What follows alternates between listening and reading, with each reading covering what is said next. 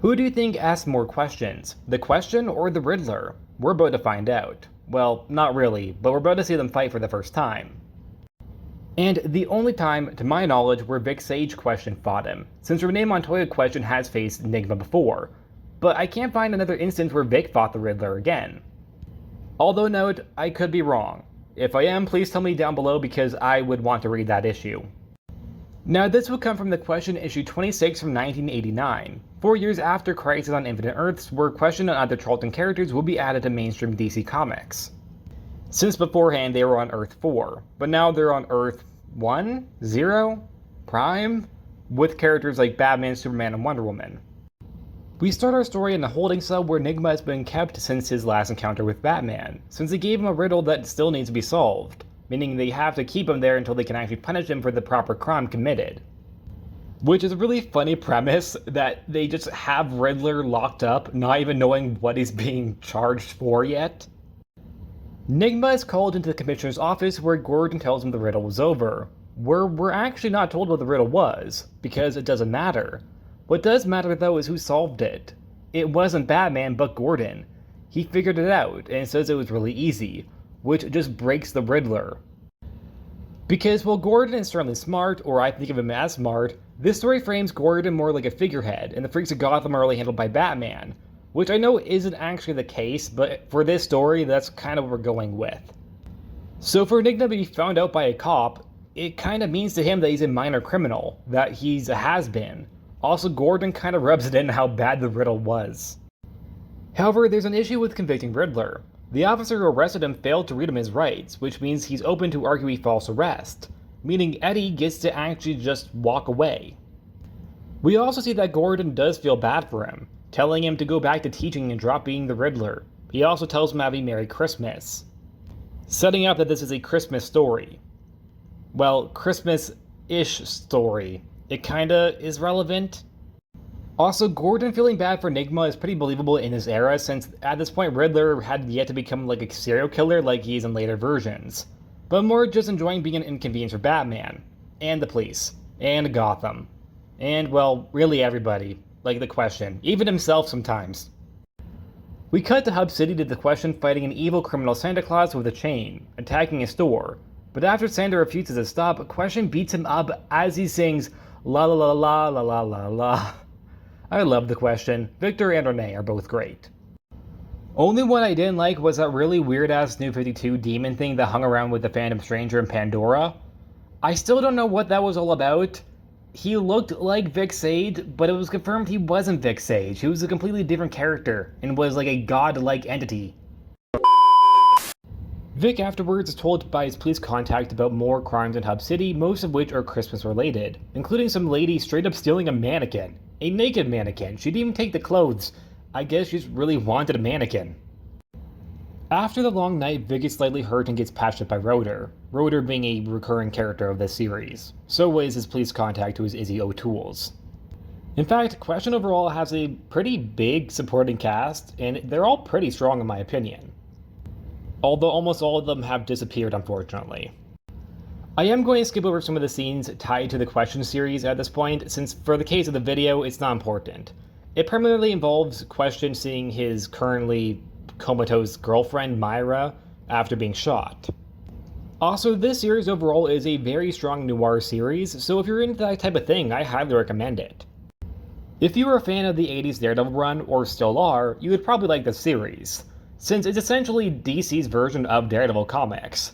Not to say it's a copycat type of deal, because it's not, it's very original. It just has a very strong similar tone to that of the Daredevil comics from the 80s.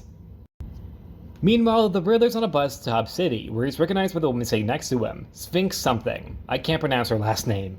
Fine, I'll try. Scrumulaxi? I'm trying my hardest not to say scrota. I was born in 2005, you can't blame me. I'm only a teenager.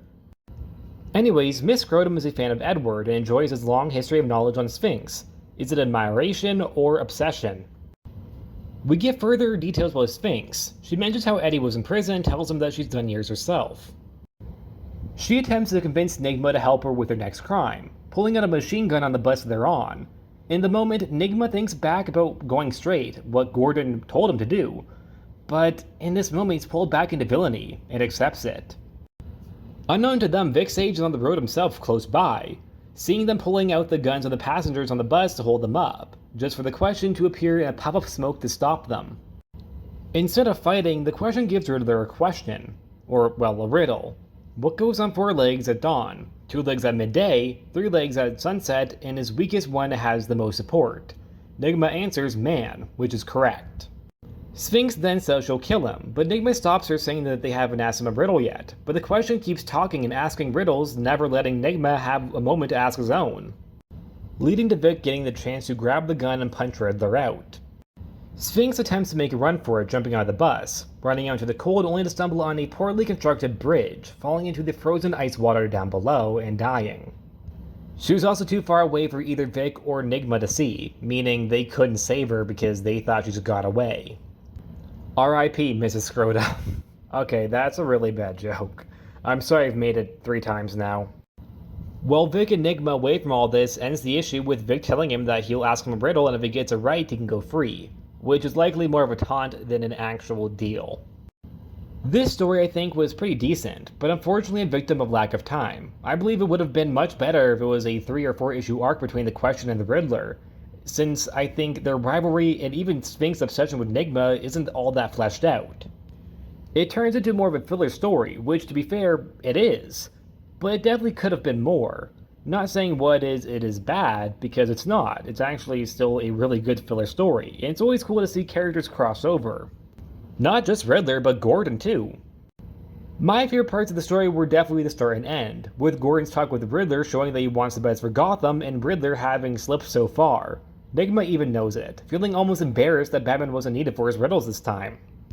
The shame the character had in that moment was really interesting, especially how he developed with it being with Gordon.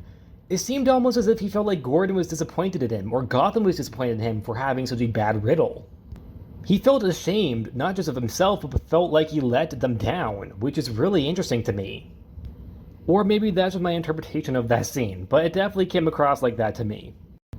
The ending, I think, also holds off very strong, with the riddle off between the Question and the Riddler, where Question won't even let Riddler talk. It was a lot of fun, but it could have been more developed, like said, but for what it was, I really enjoyed it.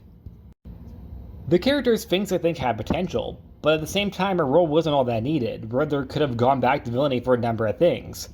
It did feel like they were trying to make a bit of a bond, like a kindred spirit bond between the two characters, but then she just dies, so what was the point of that? She kind of feels a little unnecessary to the entire plot, but at the same time, I did really enjoy the moment on the bus where we first think that she's just a normal, nice woman talking to Riddler, and she turns out to be a psychopath even worse than the Riddler. Overall, this issue was a lot of fun, mixed with some pretty dark undertones. Could have been more, but still, I really enjoyed it. And that's it. Like always, please like, subscribe, and I'll see you guys next time. Bye!